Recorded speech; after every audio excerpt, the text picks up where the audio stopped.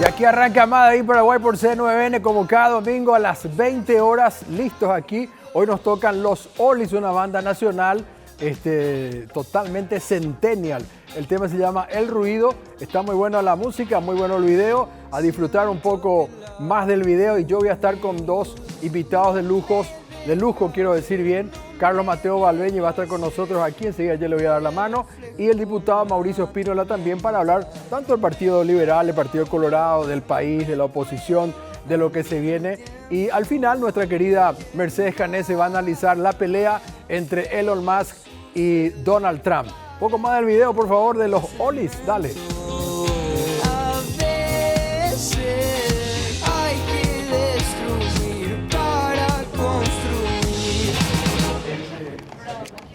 Aquí estamos, mi querido Carlos. Leo, ¿cómo estás? ¿Cuánto tiempo? Qué gusto que esté con nosotros. No, un placer para mí. Bueno, esta es tu casa de C9N, así que no es nada ajeno a vos. Así. Mi querido Carlos, en algún momento hablaste de que el Partido Liberal Radical adoptó en Tío Cruz como la peor crisis de su existencia. No sé si utilizaste esa palabra exactamente. ¿Cómo se explica esta caída tan drástica del partido más antiguo del Paraguay? Bueno, yo creo que la crisis del Partido Liberal tendríamos una visión muy sesgada, muy parcial, si pensamos que solamente es la crisis del Partido Liberal. Yo creo que la crisis del Partido Liberal se inserta en la crisis del sistema de partidos en el Paraguay. Vos fijate que el Partido Colorado es un partido electoralista, pero no es un partido que cumple, digamos, las funciones de partido. Es un partido de gobierno, no es un partido en el gobierno.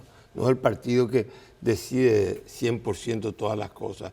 El Partido Liberal está sufriendo la crisis de no ganar las elecciones. El no ganar las elecciones provocan crisis en los partidos, pero esas crisis se deben a que lastimosamente le faltó vocación de poder, no hubo renovación de las élites, de las dirigencias partidarias, y otras circunstancias más. Y fíjate también en el tercer espacio, ya sea por la derecha, Pachaquería está casi extinguida y los sectores de izquierda también están en la misma situación. Entonces, Iguazú se quedó sola Esperanza Martínez. Digamos. Esperanza sola como... Y bueno, Joan Ortega en diputado. En diputado son dos personas. Son dos. Y pero en Pachaquería también disminuyó. Encuentro Nacional tiene un senador y tiene también, creo, un diputado. Sí, bueno, entonces, era Katia, ahora ya la sacaron. Sí, pues está el doctor Iramay. Claro, sí, ahí está el doctor Iramay. Sí. Entonces creo que la crisis del Partido Liberal debe ser analizada dentro de la crisis del sistema de partidos. Y dentro de esta crisis, digamos, ¿cuál es el rol que tiene la salida de Efraín Alegre y Blas Llano, digamos? Bueno, yo creo que el Partido Liberal a mí me da la impresión que ha dado ya como un capítulo cerrado esa dicotomía, ese antagonismo de dos liderazgos que cumplieron una función, pero que la prolongación de estos dos liderazgos o del conflicto de estos dos liderazgos tampoco le condujo al partido al gobierno, porque vos podés tener crisis de liderazgo o competencia de liderazgo que te conduzcan al gobierno. Claro. De hecho, en el Partido Colorado hay competencia de liderazgo y se queda siempre en el gobierno. En la oposición no pasa lo mismo.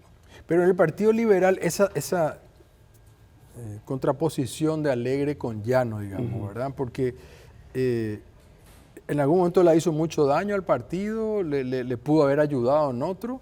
No, yo creo que el eje central de la crisis, esas crisis, cuando uno está en la oposición, colaboran menos con el fortalecimiento de un partido que cuando uno está en el gobierno. En el gobierno natural que hayan discrepancias, porque uno tiene un gabinete, entonces dentro del gabinete tiene que expresar la pluralidad interna del partido y esa pluralidad oficialista puede tener puntos de vista discordantes con respecto a las políticas de gobierno. Pero en la oposición vos tenés que tener una oposición única, que es, bueno, tenemos que conquistar el poder. Y eso le faltó al Partido Liberal Radical. ¿Y por qué es la pelea de ellos? ¿Cuál era el motivo? Porque la gente viendo de afuera no entiende. Creo que hubo mucho de anecdótico y de personal en esa Pero yo te cuento, lo puedo decir públicamente al aire, cuando yo fui candidato a vicepresidente con Efraín, él me dijo, yo no me voy a quitar una foto con Blas Sí. Llanos, Leo.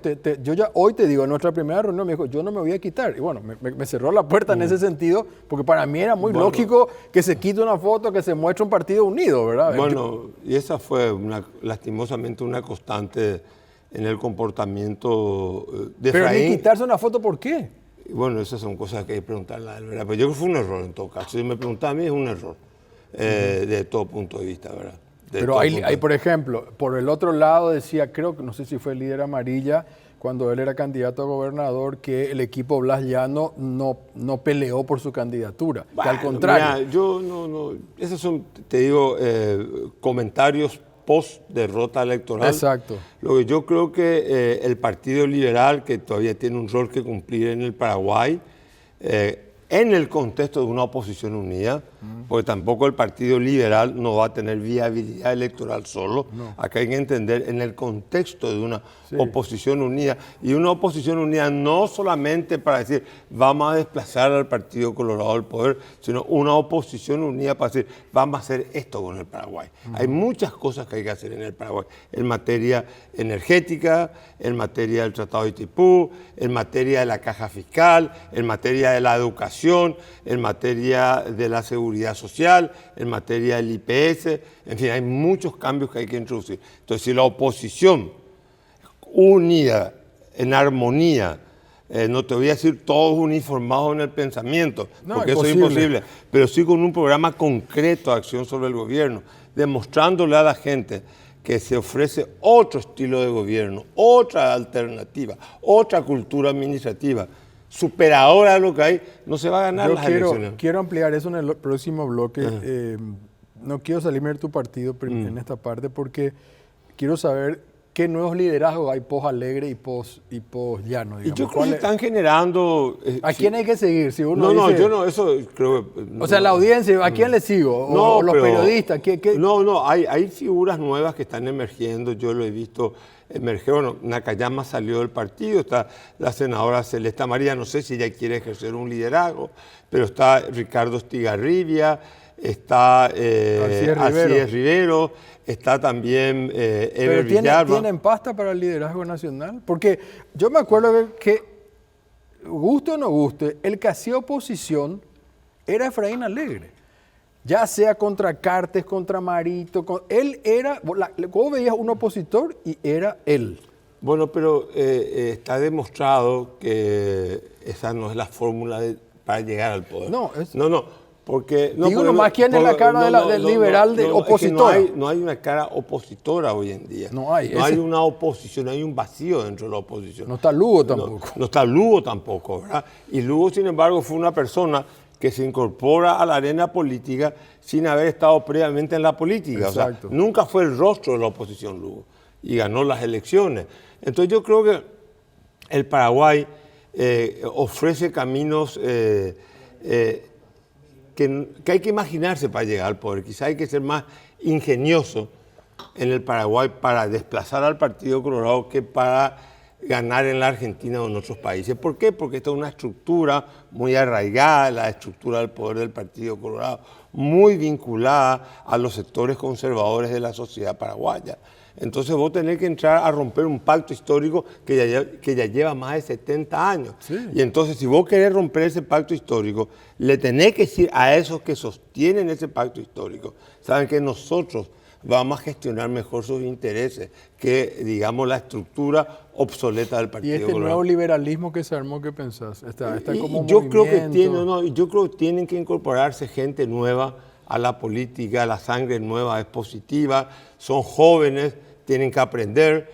Y también el Partido Liberal tiene que volver a algo, ¿verdad? El Partido Liberal siempre fue el partido de las ideas, fue el partido de proyectos políticos, fue el partido que administró el Paraguay en su momento más difícil el siglo pasado, en la guerra contra Bolivia, y lo hizo sin hacer deuda externa, se ganó la guerra, se modernizó el ejército. O sea, el Partido Liberal tiene un rol histórico de cumplir y tiene que, de su propia cantera, de su propia historia, tiene que sacar su fuerza. Y hoy está la militancia, por decir liberal, está desconectada del partido o sigue todavía viva de alguna manera? Yo solo, porque me incorporaron a varios grupos partidarios y la verdad que los debates en esos grupos partidarios muy pobres, deja mucho que desear.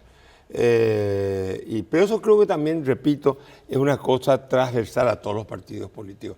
Quizás sea hasta una cuestión global, ¿eh?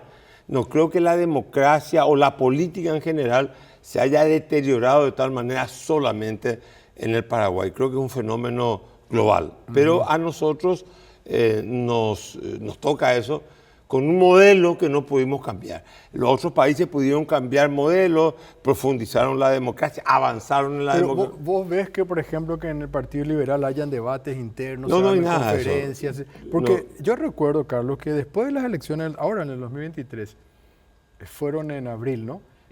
Mayo, junio, veo una foto de Nicanor en Cacupé dando unas clases en un lugar para incorporar nuevos colorados. Yo digo, la puta, estos tipos no hace ni 2 meses que ya ganaron y ya Nicanor está hablando. Sí. El propio Cartes, con su manera de ser, todo se pasea haciendo todo tipo de esfuerzos, aunque diga que sigue siendo clientelar y lo que sea, pero no se ve eso en el Partido Liberal. No se ve en la oposición, no solamente en el partido. No, en la oposición nada, muerta, pero yo fui a hablar del partido un ratito así. Sí, no, y eso...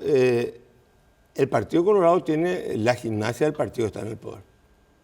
Entonces es diferente que vos te vayas a organizar un acto, una conferencia en un partido que es oficialista, en donde también la gente asiste por el éxito que tuvo el partido en las elecciones y por la expectativa de obtener un espacio de poder dentro del Estado, un cargo público, digamos. Entonces hay otras expectativas, ¿verdad? Es natural, el poder vitaliza a los partidos, muscula, le da músculo a los partidos políticos. La gente quiere adherir al partido que gana.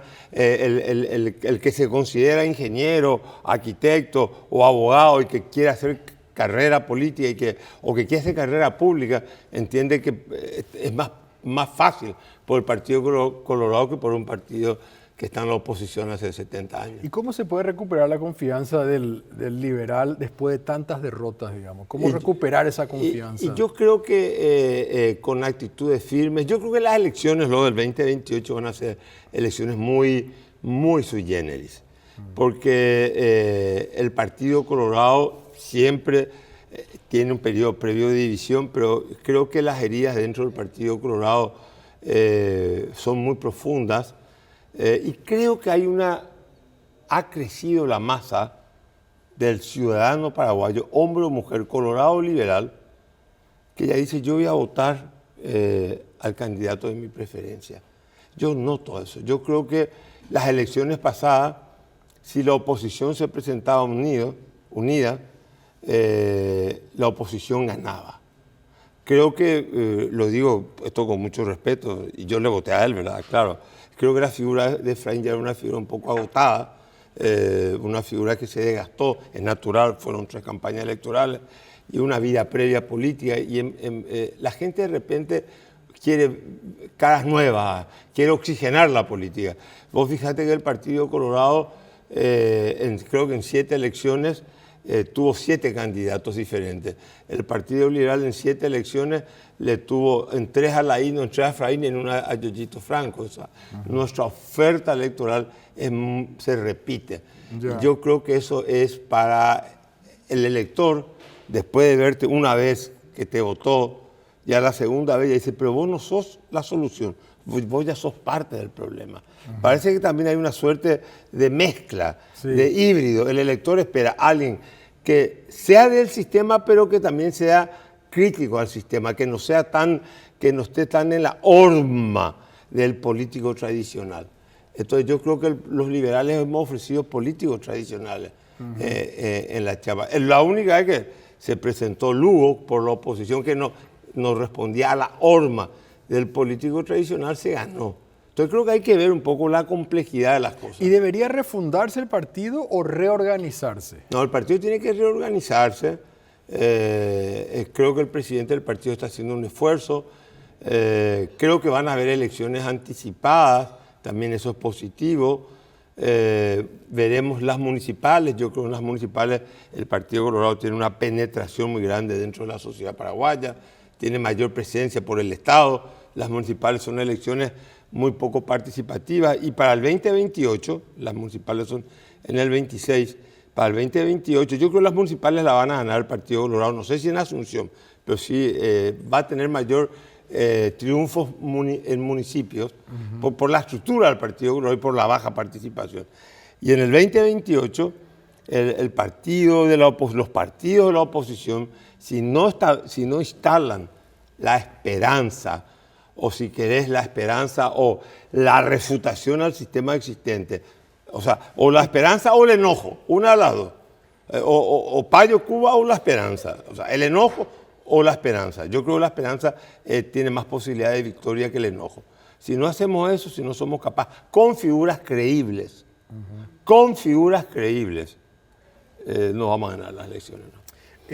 Cuando le sacaron a Katia González, yo estaba hablando con Mila Rivarola la semana pasada y ella en su análisis me decía que Katia como que se la ve mucho más diluida, digamos, ¿verdad? Obviamente no está en el curul del Senado, no tenía mucho más a los medios, etcétera, ¿verdad? Sí. ¿Vos también lo ves así? No, yo creo que una persona que pierde el escenario, que se le baja de las tablas, que no está, la tele no le enfoca, claro que pierde protagonismo, ¿verdad? Aparte que eso también significa, aunque no nos guste, ¿verdad? Pero una salida así injusta y arbitraria como fue la de Katia, también provoca el desgaste de la persona que fue castigada. O sea, no es que uno se vuelve vigoroso, sino al contrario, uno también se desgasta psicológicamente porque ve que sus posibilidades se achican, ve que ya no tiene el mismo espacio mediático, ve que ya no estás todo el día en el día a día, te apartaron del debate parlamentario, antes si está en el Parlamento la prensa, y yo creo que se diluye, sí, se diluye. Hablaste del 2026 y bueno, hablemos de Asunción un poco. Debería tener mucho más chance cualquiera que el Partido Colorado, uno imagina, ¿no? Después de la debacle en el hecho y toda la prensa no oficialista, digamos, golpeándolo, porque no podemos dudar que si uno ve Última Hora y ABC y todos los multimedios detrás de ellos, todo el día es Nenecho, la calle está rota, o sea, no sé hasta qué punto cala. Y por otro lado me decía Milda que el 40% de las personas se van con un puntero a votar, digamos. Es un voto muy clientelar, digamos. Entonces, ¿cómo rompemos eso? Bueno, yo creo que eso es relativo, ese comentario. Porque vos fijate que el día que Mario Ferreiro gana las elecciones municipales, sí, el 10%, al principio las Boca Una decía que Mario perdía por 10%. Sí. Además, me acuerdo que nuestro amigo en común, Patapila, me llamó, vení, vamos a aceptar la derrota, y resulta ser que la gente que era encuestada estaba mintiendo. Eran colorados que le votaron a Mario Ferreiro, y Mario Ferreiro creo que ganó por el 11%. Incluso tuvo que salir Mario a las 3 de la tarde, más o menos, decir, vayan a votar, porque se empezó Bueno, entonces creo que, o la oposición en Asunción, en todo el resto del país, o presentamos algo nuevo, o presentamos candidatos con prestigio, o de lo contrario, yo creo que va a ser muy difícil. Nosotros creemos que estando en un mismo y repitiendo el mismo patrón de conducta que venimos repitiendo desde el 93, no van a. Vamos a la pausa. Ya abriste la cancha para hablar de la oposición y la semana pasada estuvimos hablando sobre Miguel Prieto. Y Milda tiene una tesis de que Miguel Prieto puede ganar las elecciones, pero por favor no me contestes todavía. Ya volvemos después de la pausa. Bueno, un lujo debatir con Carlos Mateo Valmelle. La verdad que tenemos que hacer un podcast de 1 hora por lo menos o 2 para hablar de tantas cosas. Un intelectual, un político, un escritor, una persona que ha llegado a muchísimos cargos públicos importantes, una formación impecable, una trayectoria realmente de lujo. Lo digo con todas las letras, ¿verdad? Así que un gusto, Carlos, que estés con nosotros. Gracias. Carlos, antes de analizar un poco lo que te planteaba de Prieto, hubo 2 momentos que quiero debatir contigo, importantes para llegar a este camino donde estamos. Uno fue el juicio político o golpe de Estado de Lugo, y otro momento fue la enmienda, digamos. Fueron dos momentos difíciles, digamos, para el país, para la oposición. Quiero hablar primero del 2012. ¿Vos sentís que fue un error o no? Sí. No, yo no apoyé el juicio político en su debido momento. No lo apoyé y en segundo lugar tampoco ocupé ningún cargo en el gobierno de Federico Franco. Pero fue una decisión mal tomada por... Sí, fue claro. Bueno, de hecho, en ese momento fue Blas Llano. No, yo creo que fue una decisión pésimamente tomada, mala para la oposición, mala primero para la institucionalidad de la República. Vamos a hablar de lo institucional. Claro. Porque si un parlamento por mayoría simple puede destituir con el argumento que es que el juicio político es político y no es jurídico, estamos muy equivocados. Exacto. O si no, políticamente hablando, la política no habilita hacer cualquier cosa, primer término. Y si es así, se rompe el equilibrio y la reciprocidad y la igualdad jurídica que tiene que haber entre los poderes del Estado. ¿Por qué este poder del Estado va a poder destituir a este? Para equilibrar lo que entonces hay que hacer. Si este me va a disolver, este también tiene que tener la facultad de disolver este, como es el régimen parlamentario. Ahí se mantiene el equilibrio de poder. Un juicio político existe. Yo fui constituyente, lo pusimos, pero cuando se da determinada abuso de poder o mal ejercicio del poder político. Con Lugo hubo un caso de una matanza de campesinos oscura digamos, no ameritaba bajo ninguna circunstancia un juicio político. Lugo no era responsable directo de eso. No. Más allá que se pudo haber manejado mal la crisis esa. Eso es otra cosa. Claro. Pero aparte, eso tuvo un efecto. Dividió la oposición. Y entonces, porque ahí sí se sumaban todos los votos de la oposición, también ganaba la oposición. Pero también yo le hago una crítica al presidente Lugo, que él no se preocupó, creo que se preocupó en su continuidad como presidente y no en la continuidad de un proceso de reforma que el Paraguay había inaugurado con él. Él hubiese priorizado la continuidad del conjunto de reformas y no su continuidad personal en el poder. Creo que ahí cometió un error y es el egoísmo o la visión miope que creo que tienen muchos políticos en el Paraguay. Yo eso le cuestiono a Lugo. ¿En qué sentido la continuidad en el poder? Claro, porque él, al final él ya buscaba su reelección cuando lo mejor hubiera sido yo tengo que darle continuidad a este conjunto, a este proceso que he inaugurado yo. Que nos guste o no nos guste, hubieron cosas positivas.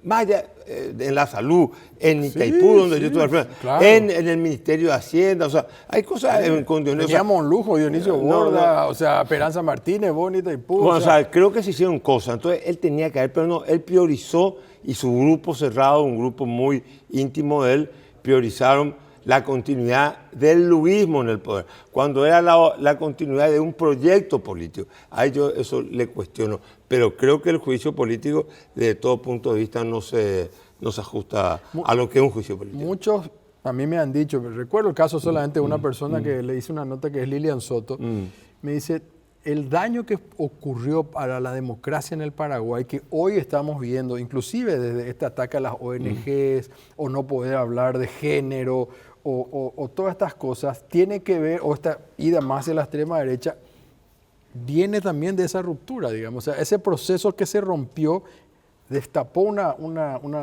caja de Pandora. Claro, repito, el juicio político mal hecho, pero también malo no haber priorizado la continuidad de lo que se inició en el 2008.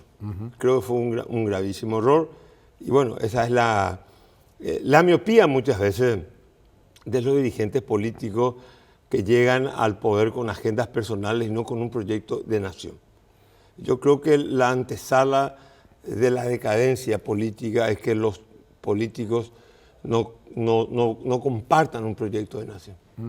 Y en el 2017, hablamos ya en la enmienda, ahí el Frente Iguazú quedó pegado al cartismo, digamos, y bueno, vino esta crisis tan tremenda, ¿no? Bueno, en aquel entonces yo también me opuse a la enmienda, porque, repito, yo fui constituyente, juré respetar y hacer respetar la Constitución, es un juramento, y por eso digo que el juicio político no correspondía y tampoco no correspondía a la enmienda de esa manera heterodoxa que se quiso hacer. Hice campaña en contra de la enmienda. Fue lo que hizo que yo volviera a la política, porque creo que era de todo punto de vista, no era el camino que nosotros los constituyentes establecimos para la reforma constitucional. Y ese ataque al partido, la muerte de Rodrigo Quintana, un hecho atroz realmente en democracia. Eso fue un hecho atroz, un hecho que debe ser investigado, una muerte cobarde a un joven corriendo de espalda. Terrible. En un espacio de... Todo filmado, además, está todo filmado. 2 o 3 metros de diferencia. Ahora eso está de todo punto de vista, digamos, puede tener el perdón, pero también necesita una sanción penal a los autores materiales y morales. Claro. En el 2018 casi le pegamos en el palo en términos deportivos. Estuvimos bastante cerca, digamos. Yo fui jefe de campaña. Vos fuiste de campaña, obvio. ¿Y cuál es la fórmula para el 2028? ¿Qué pensás? ¿Cómo hay que hacer? Yo creo que hay que hacer primero un diálogo muy sincero y entonces sentarse y decir, bueno, ¿qué priorizamos? ¿El proyecto o la figura? Pero con sinceridad, porque si no nos engañamos entre nosotros mismos, ¿verdad? O sea, entonces ya es el momento de decir, basta de engañarnos entre nosotros mismos. Que se siente la gente que tenga sus aspiraciones. Todos tienen aspiraciones y todas las aspiraciones son legítimas. Claro. No puedes calificar aspiraciones de nadie. Que se dialogue, que se vea. Pero yo creo que tiene que haber un momento de madurez política en donde la gente diga, el hombre o la mujer de este momento es fulana de tal, o fulano de tal. Eso es madurez, exige. Yo entiendo que en la política va a haber mezquindad, hay lucha de poder, hay egos, pero yo creo que es el momento de decir... No me acuerdo cómo que dice Durán Barba sobre... Hay una palabra que él utiliza en latín que le pasó a Macri, que como que se marea con el poder y... Ahora ya me va a venir. No, estaba pensando en figuras como AMLO, por ejemplo, ¿no? AMLO se quedó los 6 años y dijo, yo me voy y no me voy a meter más. Claro. O sea, vos decís, pucha, un estadista, digamos, ¿verdad? O sea, ¿de qué manera el presidente AMLO en México... Y eso tiene que... El próximo candidato a la oposición tiene que dar crédito y tiene que ser creíble en el sentido de si yo inauguro una nueva etapa del Paraguay, después de los 5 años yo me retiro de la política y les dejo a ustedes que se establezca. Pero necesitamos un liderazgo político que sea capaz de reorganizar el Estado, que sea capaz de reorganizar a la oposición y también que si el Partido Colorado es desplazado del poder, que el Partido Colorado también se reorganice y se depure sobre bases doctrinarias como corresponde. Preparen el material de Milda Rivarola la semana pasada. Ella tiró una idea que yo no sé si es así tan fácil, digamos, porque la cuestión de tirar números y fórmulas, ¿qué decía ella? Dijiste que Prieto Fernando Lugo en el sentido de que puede tumbarle al Partido Colorado. Es el único que puede tumbar al Partido Colorado ahora. ¿Así tajante? No, sí, obvio. No te digo que vaya a tumbarlo, ¿verdad? Eso ya es otra cosa. Pero, por ejemplo, una alianza del Partido Colorado con el Partido Colorado tradicional, o sea, Marito, digamos, con, yo creo, Prieto, con Payo, ¿verdad? Eso arrasa. ¿Por qué mezclas, por usar un término, Vince o Marito ahí? ¿Vos estás suponiendo que va a ganar un candidato? Yo creo que Vince no tiene gente, ¿verdad? O sea, vos estás pensando que la interna colorada la va a volver a ganar el Honor Colorado, sea quien sea su candidato. Es que estoy pensando. ¿Estás segura de eso? Tengo certeza, claro. Es complejo esto, ¿no? Porque ella plantea que Miguel Prieto de candidato con el Partido Colorado funciona tumbarlo, digamos, a Honor Colorado por la rivalidad que existe o lo que sea, y un Payo Cubas más el PLRA, porque esto fue más largo también, ¿no? Obviamente estábamos hablando. ¿Vos crees viable eso? No creo que sea viable. No. Primero que no creo que estamos muy lejos del 2028 para hacer futurología, ¿verdad? Sí, comparto. Recién hablábamos que el desplazamiento, el hecho de haberle hurtado a Katia su curul, su senaduría, la opacó políticamente. Hay que ver cómo sobrevive Prieto sin la municipalidad, sin el poder administrador de la segunda ciudad del Paraguay. Eso en primer término. En segundo lugar, estamos hablando de un dirigente regional que no es conocido en todo el país, con políticas locales, citadinas de la ciudad. Yo por lo menos no lo veo con una proyección nacional. Segundo, yo creo que no sé si Payo Cuba se va a poner a las órdenes de Prieto y no sé si el Partido Colorado se va a poner a las órdenes de Prieto, ¿verdad? Los colorados lo que han demostrado es tener más astucia política que nosotros los opositores, así que yo no creo que sea posible prever desde ahora cuál va a ser la composición o el comportamiento del Partido Colorado. Lo que yo sí noto y percibo y olfateo es que hay un hartazgo de la gente, del sistema. Ahora bien, si la oposición no es capaz de ser más genuina y expresar de mejor manera ese hartazgo de la gente, ya sea a través de la esperanza o del enojo, y bueno, vendrá una figura del Partido Colorado, ya sea un técnico o uno que venga con un discurso populista a lo Nicanor, otro que venga con... O una mujer, Lilian Samaniego. No, te cuento nomás, la semana pasada estuvimos hablando con Hugo Estigarribia y él dijo que había un proyecto de ponerle al nieto de Riquelme, que es un viceministro, uno que vive en Estados Unidos, Marcos Riquelme, que fundó una empresa local, como un empresario exitoso, pero de raíz colorada, o sea, buscaba... Sí, el nieto de Don Blas. Claro. No sé si él tiene intención, digo, no, pero parece que los colorados sí tienen más cancha en este tema. Pero te quiero preguntar por Payo, porque estábamos hablando de Prieto nomás, o sea, el factor Payo en el 2023 fue fundamental para que la oposición no gane, digamos, porque si sumamos de nuevo, no es matemática, pero los votos de Efraín y de Payo se pasaba al 50%. No sé, nada, claro. ¿Vos crees que sigue teniendo la misma fuerza, Payo? No, nadie tiene siempre la misma fuerza.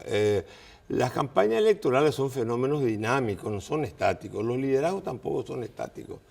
El poder crece y decrece en las relaciones con la gente. En este caso, un líder, una figura con el conglomerado de la sociedad.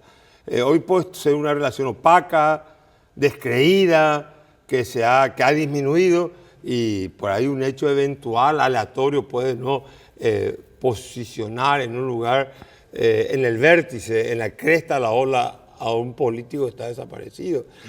Ha sucedido muchas veces.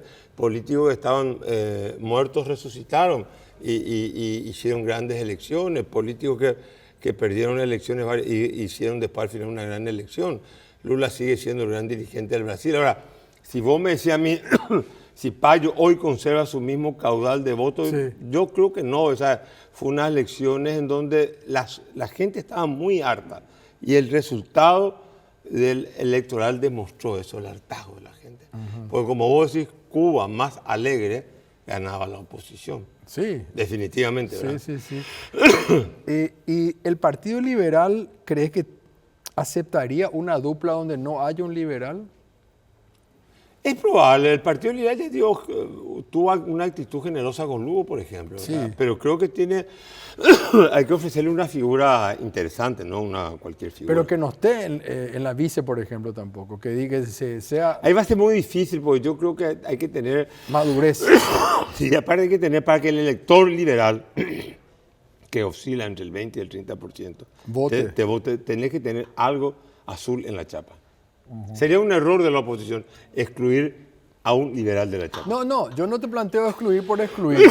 Yo planteo, supongamos que se haga una encuesta y la encuesta dice que es fulano y fulano, ¿no? Ese fulano y fulano no son liberales y son los que pueden ganarle al Partido Colorado. Entonces, el Partido Liberal se necesita de un partido fuerte, poderoso, que cubra las mesas. No, yo creo que en la chapa tiene que haber un liberal. Tiene que haber un liberal. Como primero o como segundo. Pero si no, no camina la chapa. Porque eso engancha toda la estructura liberal para el día de las elecciones, cuidar las mesas, los funcionarios, que generalmente los terceros espacios nunca pueden llenar las mesas. Entonces yo no me arriesgaría, sabiendo la incidencia que tiene el día de las elecciones en el Paraguay, no tendría un partido liberal tibio en las elecciones. Tengo que tener un partido liberal activo en las elecciones. Claro. Para que por lo menos ese día el Partido Liberal esté firme en sus lugares. ¿La polca liberal todavía genera eso adentro así de querer levantar? ¿No? Yo creo que sí, genera, hay una lealtad al partido. Lo que pasa también que muchos liberales no se vieron, el partido se presentó en muchas ocasiones como un espejo quebrado, en donde el pueblo liberal no se siente reflejado, no se siente reconocido. Estas peleitas internas, estas acusaciones de corrupción, las malas administraciones que tuvieron muchos también gobernantes liberales, la idea del juicio político, todo fue una desilusión, todo eso. O sea, acá no es que se puede decir, bueno, saben que nosotros los liberales cometieron muchos errores también, y el pueblo se desilusiona de esos errores. No es que no Sí, se claro. desilusiona. O sea, es un pasivo que tiene el Y en partido. Asunción se habla de Soledad Núñez, se habla de Joana Ortega, Agustín Saguier, Álvaro Grau. ¿Cómo los ves? No, yo veo que son buenos candidatos. Yo personalmente soy muy amigo de Agustín Saguier, quiero Claro. decir eso, de Tito y de Agustín, confío mucho en Agustín Saguier. Pero yo entiendo que tiene que darse Pero Agustín tampoco es conocido, si vamos a ir por eso. Agustín no tiene un... Vos salís a la calle acá y a 10, 8 no saben quién es Agustín. y posiblemente también Joana tampoco no sea muy conocida. Bueno, pues tiene ese No, espacio ahora, ¿verdad? No, tiene un espacio parlamentario, una extraordinaria persona.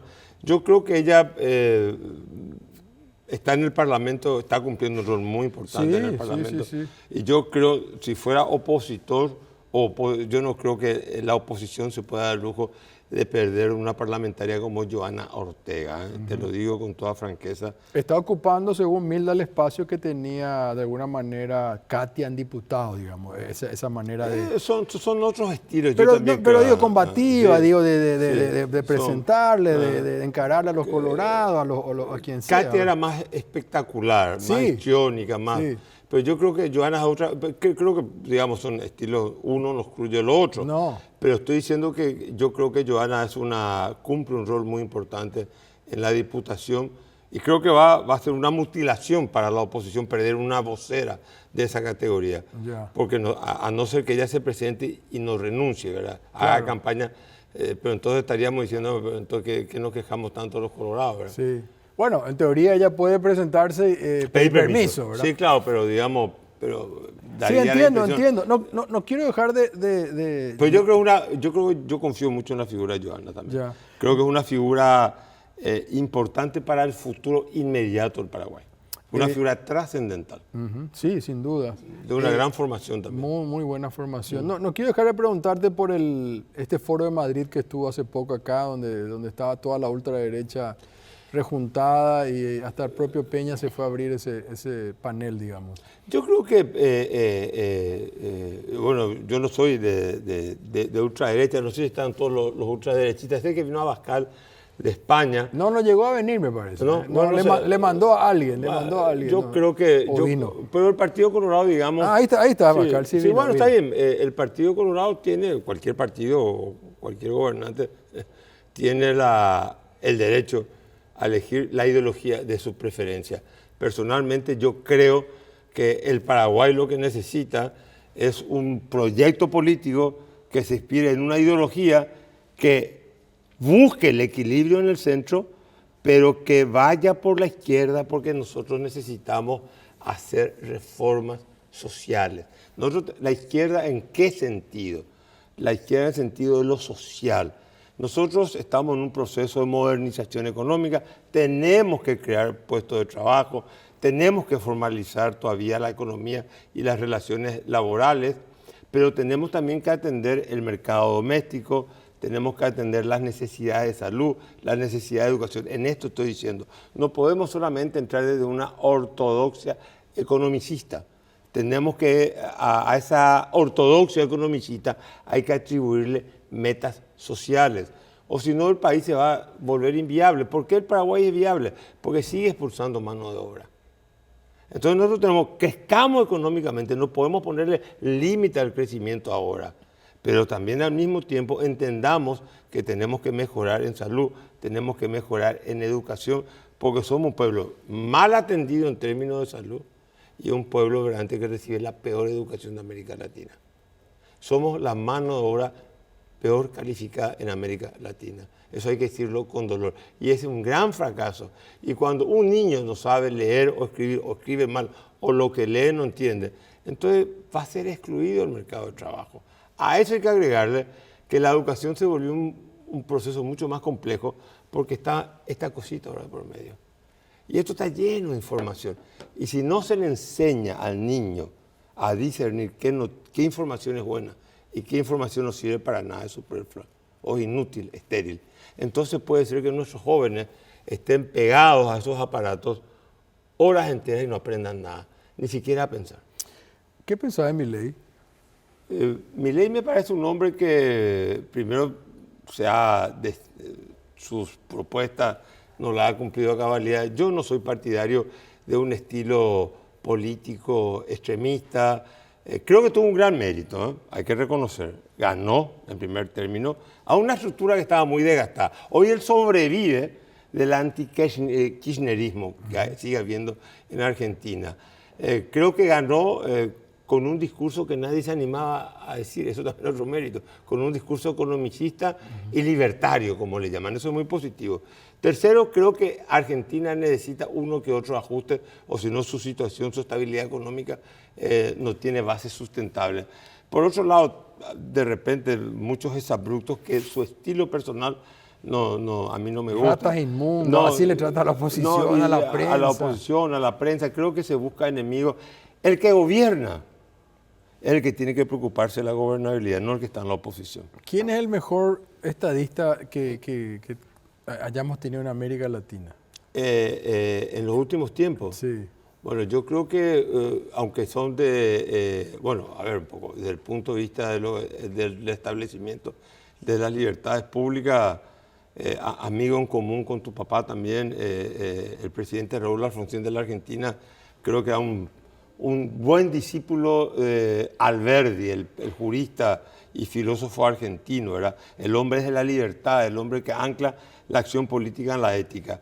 Creo que desde el punto de vista de lo social y de una visión renovadora de ciertas cosas, no se puede negar el liderazgo y la impronta de Lula da Silva, de Fernando Henrique Cardoso en instalar las variables macroeconómicas, en sanear la economía.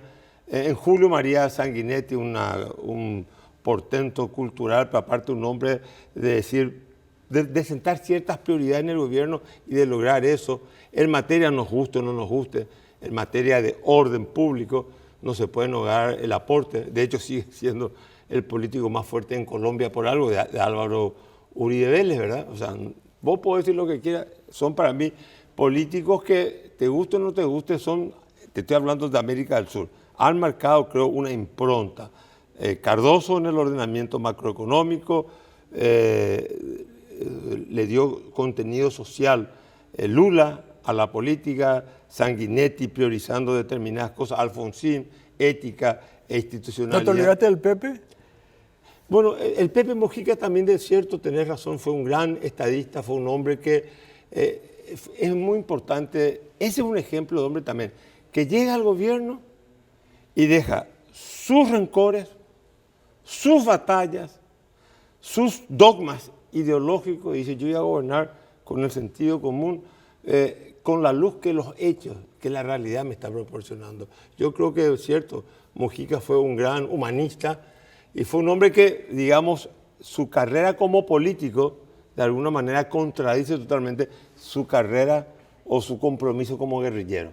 Tal cual. Entonces creo que eso es inteligencia. Es decir, yo no puedo gobernar de la manera de hace 30 años atrás, tengo que gobernar de otra manera, y creo que fue un garante de la pluralidad. Y hoy Uruguay es un ejemplo de civilidad, se sientan a discutir los expresidentes, hay disputa, hay pelea, hay polémica, hay todo, pero digamos que hay un modelo social que, dicho sea de paso, no fue inaugurado por el Frente, fue inaugurado por el presidente Valle a principios del siglo pasado, ¿verdad? El Estado social. El Estado social se mantiene en Uruguay como una conquista, y yo creo que es una conquista que nosotros los paraguayos tenemos que ambicionar también eso. Nosotros tenemos que garantizar a nuestro pueblo salud y educación, igualdad de oportunidades. Después cada uno tendrá que hacerse la vida, pero la salud y la educación deben estar garantizadas por el Estado. Carlos, gracias por tu tiempo. Muchas gracias, Bolívar. Muchas gracias, un lujo hablar contigo. Después de la pausa va a estar Mauricio Espínola, el diputado Mauricio Espínola. ¿Por qué todavía no lo desaforaron? Le vamos a preguntar en un ratito. Bueno, aquí estamos, tercer bloque, con el diputado Mauricio Espínola. Mauri, ¿cómo te va? Don Leo, un gusto estar en tu programa. Me gusta tu look, che. Yo tenía que haber venido vestido así, no vos, ¿eh? Al revés teníamos que hacer la cosa. Y bueno, ¿qué vas a hacer? Me ganaste de mano, carajo. Me gusta. Ese Los look. nuevos tiempos. Está bien. Me estoy poniendo más viejo, entonces, carajo. Mauri, estuviste en un momento muy difícil. ¿Eras jefe de gabinete de Mario Abdo? Era secretario del presidente. Sí. Secretario del presidente. Estuviste en un momento muy complicado cuando se iba a hacer el juicio político. Sí. Contame qué pasó ahí, porque siempre se dice que HC terminó ayudándole como para que no haya juicio. No, en aquel entonces, sí, muchas idas, vueltas. Vimos, creo que el tuit de Bachi en aquel entonces. Cuando la realidad es que... ¿Qué decía el tuit? No me acuerdo. Y que juicio político. Él estaba a favor. Sí, en un momento dado, en un cierto horario, tuitea a él y creo que Marito le responde. Y en un tuit, acepto el desafío. La realidad es que en aquel entonces ya existía un cerrojo en la Cámara de Senadores, que naturalmente el expresidente tenía una fuerza dentro del Senado. Muchos hablan de que era más, no sé si está bien dicha la palabra, senatorial. Ajá. Entonces, porque venía de ahí también. Claro, pero eran muchos compañeros de él. Sí, y en aquel entonces ya el cerrojo vino en el Senado. Y luego la Cámara creo que el tuit de Bachi fue un cierto horario cuando ya en el quincho ya empieza, ya se perdió la seriedad, ya empiezan las copas van, copas vienen. Entonces yo creo que ese tuit fue más que nada una respuesta a la situación de ese momento. Yeah. Un tuit más hormonal que cualquier otra cosa cuando el cerrojo ya estaba en la Cámara de Senadores. El cerrojo quiere decir que no había votos. No había opción de que pase el Senado. ¿Por qué no había? Decir Porque se consiguió la mayoría. Ya. Es decir, ¿no es cierto que Cartes le ayudó entonces? Y en aquel entonces, como te vuelvo a repetir, en el Senado ya se puso el cerrojo. Sí, en la Cámara de Diputados, que era donde existía la fuerza en aquel entonces, sí tuvo que como que ayornarse al resultado del Senado. Entonces, a partir de ese momento nace la Concordia Colorada, creo que fueron las elecciones municipales y todo eso. Ya. O sea, no influyó entonces Cartes en que no haya juicio político. Y influyó en cierta manera en la Cámara de Diputados, pero como el cerrojo ya estaba en el Senado, ya era rebotar en una Cámara y en la otra Cámara aceptar. Volviendo a estos meses anteriores, digamos, fuiste acusado de unas supuestas filtraciones, digamos, ¿verdad? ¿Por qué se ve o qué tipo de amenaza vos sos para Honor Colorado? No sé si algún tipo de amenaza. Por usar un término, ¿no? Para Honor Colorado, sí, ellos no toleran la crítica. Yo soy un elemento hoy del partido que ha aprobado la mayoría de los pedidos que provengan del Ejecutivo. Lo seguirá haciendo mientras sea beneficio para la República, pero sí, no sé, una acusación, una denuncia traída de los pelos del presidente en aquel entonces, hoy presidente, en aquel entonces era candidato. La vida de un candidato es pública.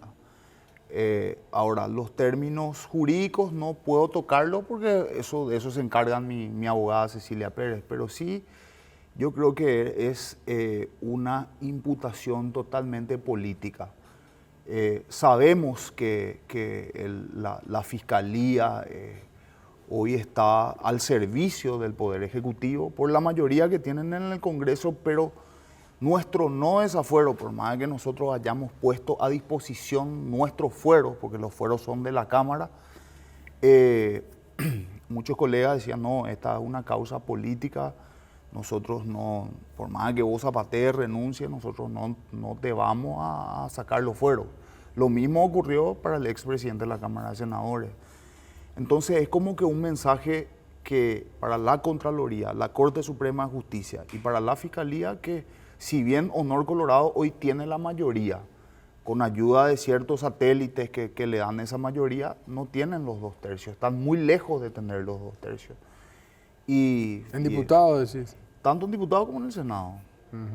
Para explicarle a la gente nomás, ¿qué te referís con los 2/3? Porque para sacar los fueros se necesitan 2/3 de los presentes. Entonces, al no tener 2/3, es un mensaje político. Pero acá te le quitaron con 23 votos, digamos. Y eso fue por el reglamento que cambiaron en la Cámara de Senadores que le ocurrió a ella. Pero en diputados sí se necesitan 2/3. No, para los fueros se necesitan 2/3. Imagínate, para sacarte los fueros necesitan 2/3, pero para sacarte la investidura necesitan mayoría simple. Es ridículo, absolutamente ridículo. Te iba a preguntar por si tuvieras que comparar estos primeros 2 años de Peña, que prácticamente se están cumpliendo, y los 2 años de Marito. ¿Quién sufrió más desgaste? Nosotros, de hecho, que del inicio del gobierno anterior, ya no contamos con la presencia del presidente del Partido Colorado en la asunción de mando. La separación interna del partido se dio desde el inicio. Luego el desgaste de los juicios políticos, luego la pandemia, hicieron que sea, en mi caso, una gran experiencia. Yo estoy de los 18 años en política y esos 5 años estando en la presidencia es como que te enseñan como 15 años de experiencia dentro del mundo político, por el roce que uno tiene, por la experiencia que uno pasa. Ahora, Santiago Peña tiene un desgaste por sus propios errores. En tenis creo que se llama errores no forzados. Sí. Y desde el inicio de su gobierno hasta este segundo informe de gestión. O sea, vos le ves más desgastado a Peña. Yo lo veo más, los desgastes son naturales dentro de un gobierno. ¿Sabes cuando te das cuenta? Cuando ves la foto, si son jóvenes como Peña y Marito, entran con pelo negro y salen con canas, digamos. Y le ve a Obama también. Si vos le ves a Obama cuando asume y le ves cuando sale, es decir, este es un señor 30 años más viejo. O sea, el desgaste es natural, quiero decir. El estrés, todo lo que quiera, ¿no? Está la torta. El Partido Colorado, ponerle que gana por un poco más de no sé, 40%. No te puedo decir un número real porque no tengo los números.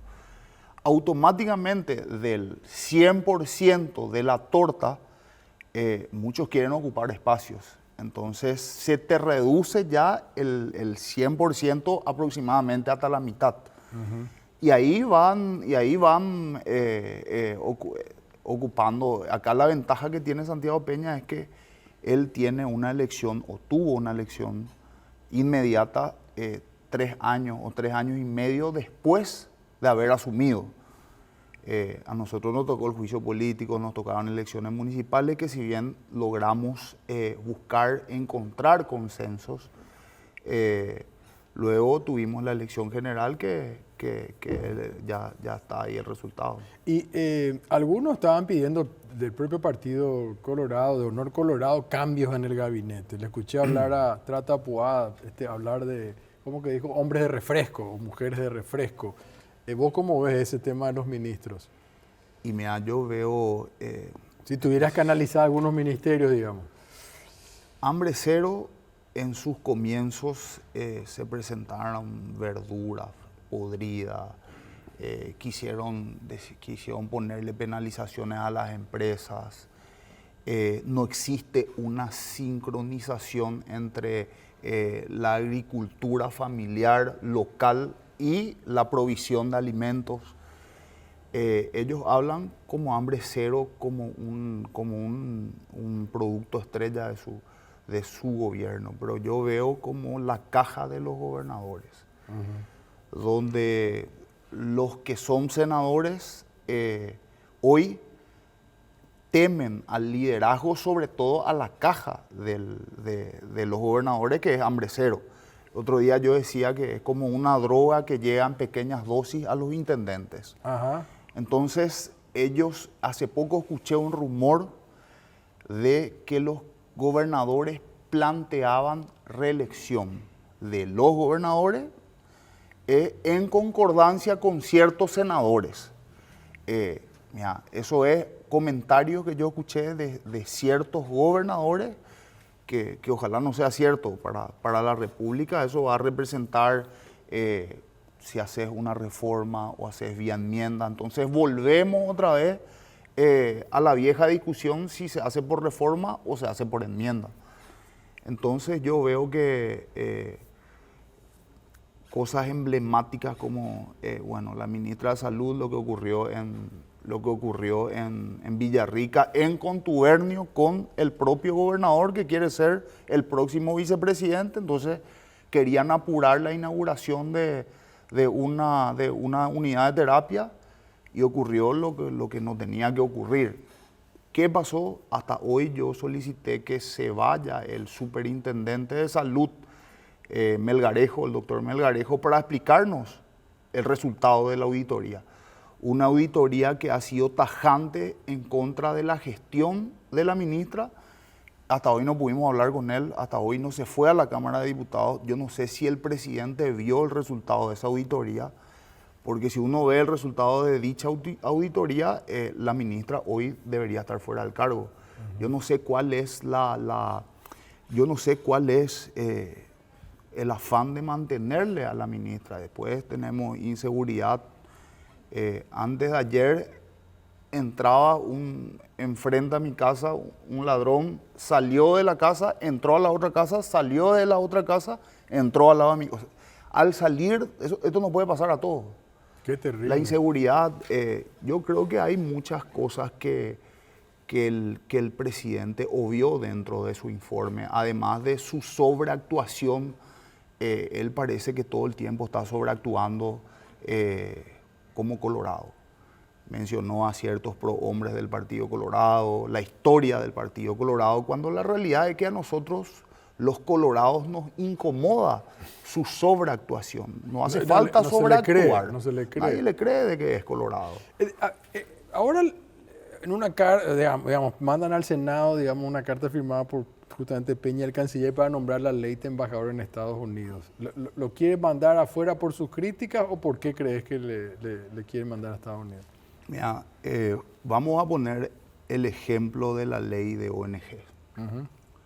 Yo creo que Santi en ese momento fue prisionero de este pequeño grupo de Honor Colorado. Leite, Tony Barrios, quienes lo forzaron para dijeron que iban a enviar modificaciones un día antes de tratar la ley a las 12 de la noche, nos trataron como pasapapeles. Y resulta ser que atropellaron, sacaron la ley de ONG, promulgaron, pero ¿qué pasa? Hasta hoy la ley no está reglamentada. Entonces, ¿cuál es el mensaje? Que él es el resultado de la presión de ciertos actores que rodean al presidente del Partido Colorado. Yo podría llamarse como un mensaje para enviarlo a Leite a otro lado ante sus críticas, pero yo nunca más le escuché criticar. Que yo no sé, si yo fuese senador, esperaría un poco más para votar después de los últimos acontecimientos que hemos visto. Pero yo no sé si vos viste el tuit de Leite, creo que podemos poner en pantalla. Él le agradece al gobierno. Y yo digo, si a vos el presidente, que es el que maneja las relaciones internacionales, ahí está el tuit, agradezco la confianza del gobierno, el interés general sobre particular. O sea, pienso yo que uno le agradece al presidente de la República. No dice al gobierno, como una entelequia, digamos. O sea, hasta en el tuit sigue siendo soberbio y mal agradecido. Al menos yo lo interpreto así, ¿verdad? Te quiero preguntar a vos. Yo creo que Santiago Peña perdió todo tipo de respeto, hasta de sus propios allegados. A él muchas veces no le importa gobernar, tenemos el claro ejemplo de la aprobación de la Superintendencia de Pensiones que sirvió para apalancar, cuando ni siquiera existía un superintendente, sirvió para apalancar el capital de los asegurados de IPS en una entidad bancaria. Vimos hace poco la aprobación del sistema de pagos, donde yo no voy a hablar en el aspecto técnico, sí dentro del proceso legislativo, que cambiaron, introdujeron 2 párrafos en el Palacio de López, que hacía ese párrafo que te salgan la ASOBAN, en el pleno ASOBAN, bancar en contra de la decisión de la asesoría jurídica del presidente de la República, que el asesor jurídico es el cuñado otra vez del titular de nuevamente esta institución bancaria. Yo creo que perdió el respeto. Él no se dedica a gobernar, se dedica a sus pretensiones personales económicas. Entonces ocurren estas cosas.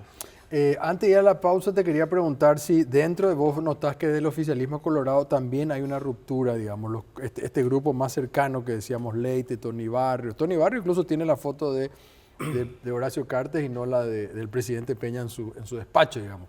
¿Vos sentís que hay una división o es nomás parte del show? Yo creo que los dos se necesitan. Horacio le necesita a Santiago Peña, y Santiago Peña más que nunca le necesita a Horacio. El que le brinda la estabilidad política a Santiago Peña es Horacio Cartes. Horacio Cartes, quien no tiene la carga de responsabilidad gubernamental, es quien muchas veces, muchos hablan de que en el quincho se dictan ciertas órdenes, pero varias veces yo me di cuenta de que Santiago Peña se hace el vivo. O sea, no es muchas veces orden del quincho y él toma decisiones por cuenta propia, especialmente cuando se trata de sus propios beneficios. Vamos a hacer una pausa, después de la pausa me contás, porque el Partido Colorado tiene 2 grupos fuertes, ¿no? El grupo de Honor Colorado, el grupo de Mario Abdo, pero donde sí se ponen de acuerdo suele ser en el tema electoral, por ejemplo en Ciudad del Este. Pero ya volvemos, después de la pausa. Aquí seguimos con el diputado Mauricio Spínola, que hoy vino onda izquierdista, me dijiste, está medio no sé. El Partido Colorado es centro-izquierda. ¿En serio? Sí. Eso me dijo también la semana pasada Hugo Estigarribia. Así. Vamos a poner el QR. Nosotros tenemos un QR, te cuento, Mauri, que la gente, si después coloca su celular acá en el QR, te va a llevar directamente a nuestro canal de YouTube y ahí van a estar todas las entrevistas que hacemos, tanto las de este domingo como las anteriores. Bueno, en Ciudad del Este parece que hay paz y amor entre los dos movimientos. En Ciudad del Este ocurre una situación muy sui generis. Resulta ser que Luis Tiki González forma parte de la bancada de Fuerza Republicana. Sí. Y el hermano es integrante de Honor Colorado, ya desde las elecciones pasadas. Entonces, es muy difícil decirle a Tiki, no le apoyes a tu hermano. Entonces, por eso te digo, una situación muy sui generis. ¿Pero había otro candidato que ustedes creían potable ahí o...? En realidad todavía no hablamos de una posible candidatura en Ciudad del Este porque Tiki es el líder departamental. Entonces, como que descansamos en él un poco las decisiones del departamento. Y él vino, nos hizo la propuesta, bueno, es mi hermano, si bien no va, nosotros decidimos como movimiento disidente no usar la chapa de Concordia Colorada. Sí, es inevitable que existan consensos alrededor de la República, pero esos consensos van a ir de las bases, no de la cúpula para abajo, sino de las bases para arriba. Podría llamarse el movimiento Todos por Ciudad del Este, claro, Juntos por sea. Ciudad del Este, pero es inevitable, es natural encontrar consensos. No, bueno, ustedes son expertos luego en juntarse. Pero eso no repercute en la domesticación del pensamiento disidente. Claro. No, eso es importante. Y bueno, ¿y qué pensaba de todo el show de los Zacarías Irún, verdad? No, nosotros estamos enojados, le juntan a todas las seccionales, después, hola papá, te doy beso. Y mira, yo creo que existe una idiosincrasia en Ciudad del Este. A ellos no les gusta mucho que las decisiones se tomen desde la capital. Y es como que les golpeó un poco esa foto.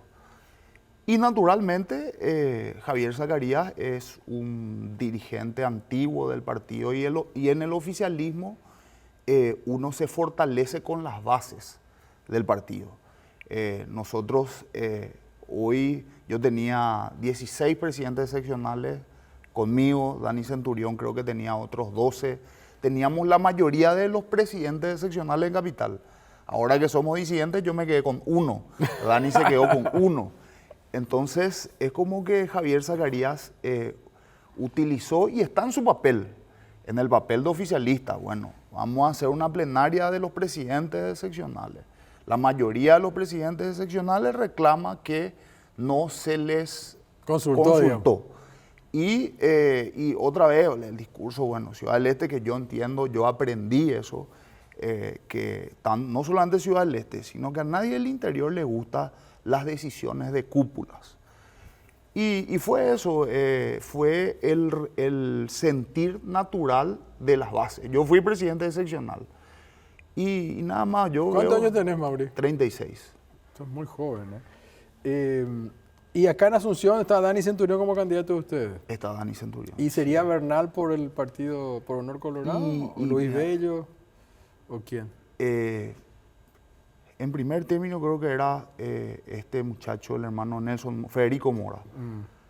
Le ocurrió lo que le ocurrió. Desgracia, sí. Creo que en el hecho iba a ir por Recutú, ocurre lo que le está ocurriendo y La Torre no quiere ser intendente de Asunción. Entonces yo no sé si va a recaer esa responsabilidad en el presidente de SAP. Entonces todavía no tengo clara la película de quién va a ser el candidato al ¿Pero que ustedes nos creen que enfrentemos. tienen chance de ganar en la interna? Sí, creemos que tenemos chances. A pesar de todo el aparato, del dinero y todo. El equipo que tiene Dani, sumado al equipo mío, Sí.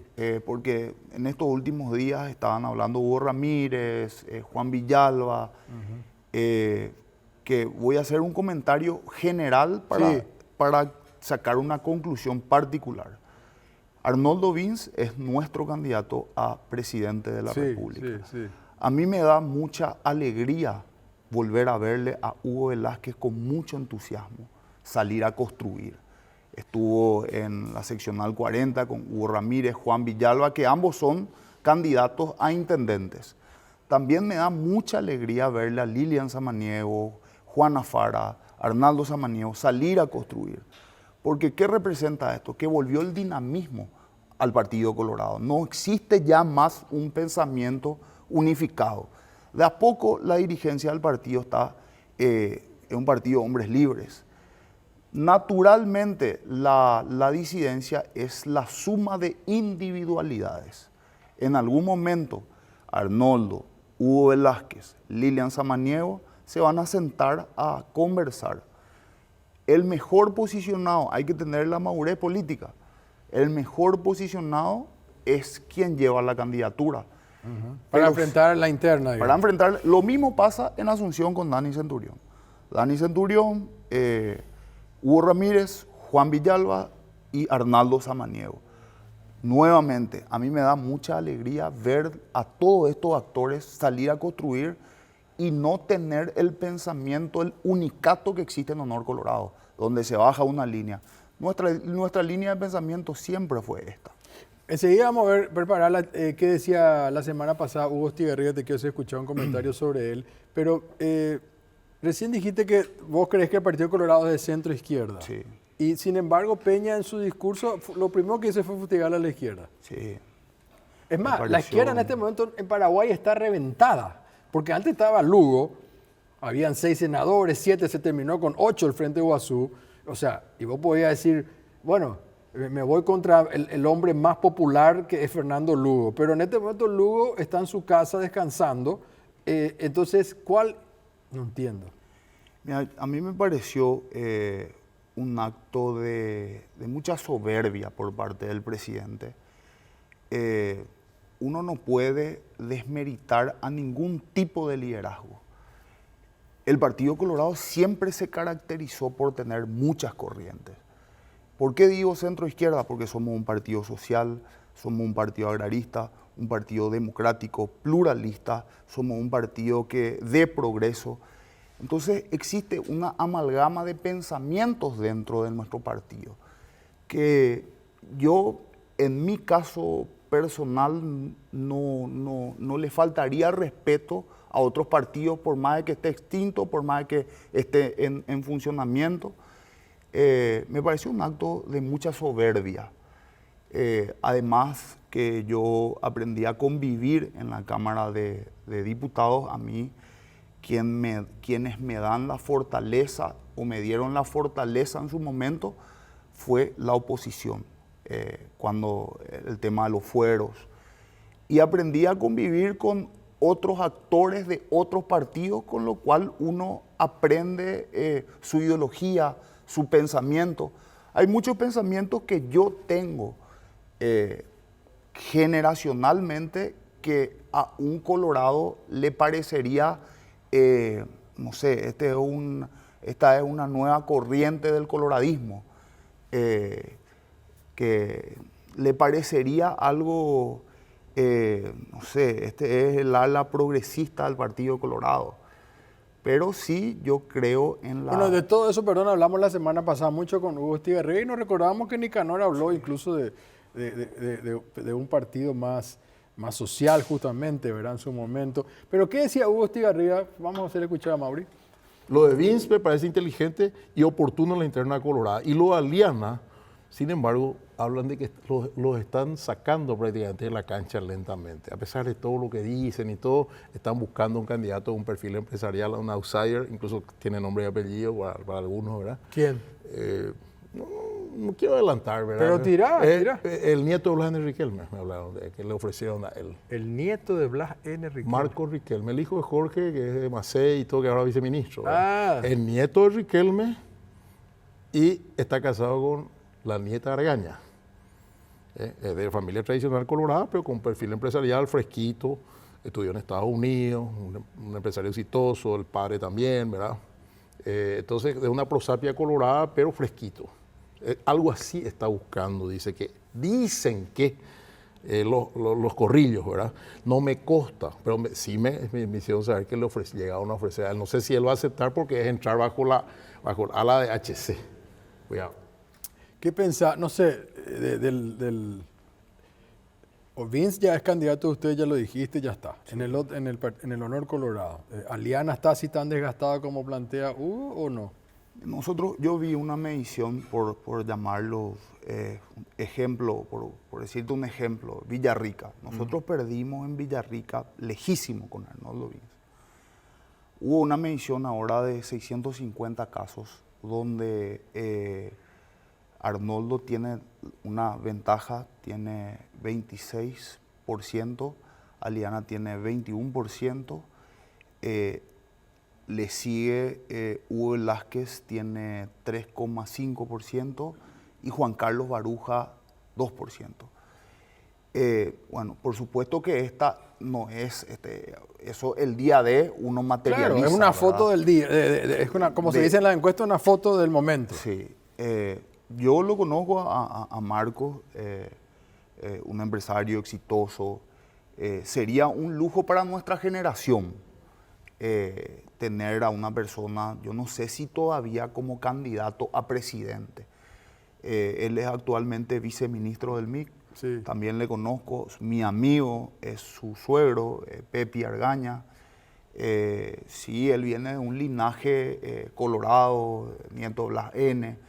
Sí, ese tipo de liderazgos yo celebro, porque cuando uno va y visita a una casa, cuando sale a caminar en elecciones, tocas el timbre de la gente y la gente ya no confía en el político. El 60% de la población ya no cree en los partidos políticos. ya no cree en el Partido Colorado, ya no cree en el Partido Liberal.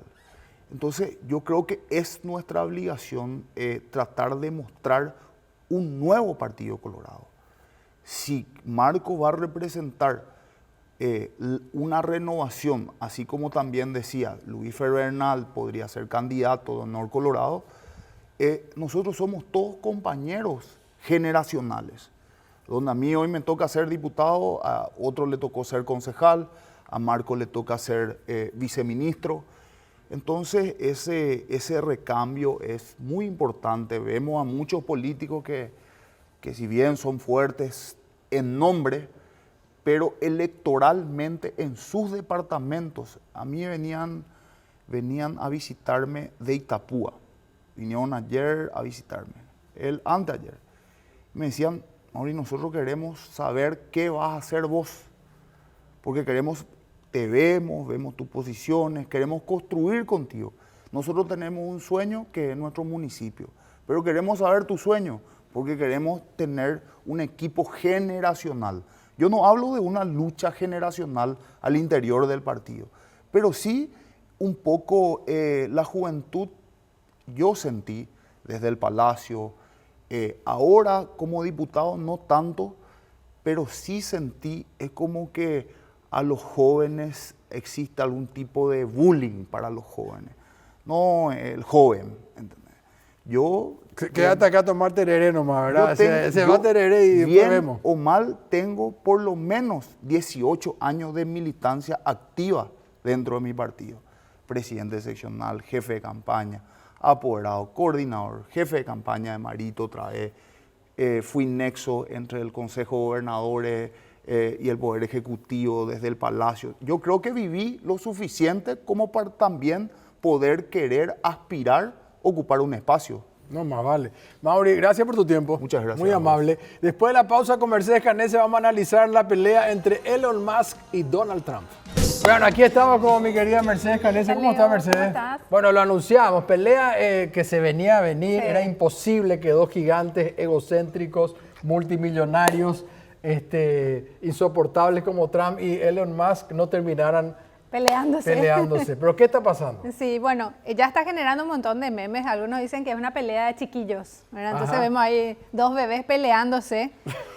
Y mientras tanto, Xi Jinping, Trump y bueno, el presidente de Corea del Norte felices chismoseando sobre la pelea que se venía a venir, ¿verdad? Que ya todo el mundo sabía que iba a pasar, Sí. Bueno, Bueno, pero ¿por qué es la pelea? Vamos a ver Vamos a ver el tema de fondo, Dale, que a ver, es ¿qué esta pasa? ley Cuénteme. de política interna que Donald Trump quiere que se apruebe en el Congreso, está en pleno tratamiento, que lo que dice Elon Musk que es todo lo contrario a lo que él prometió.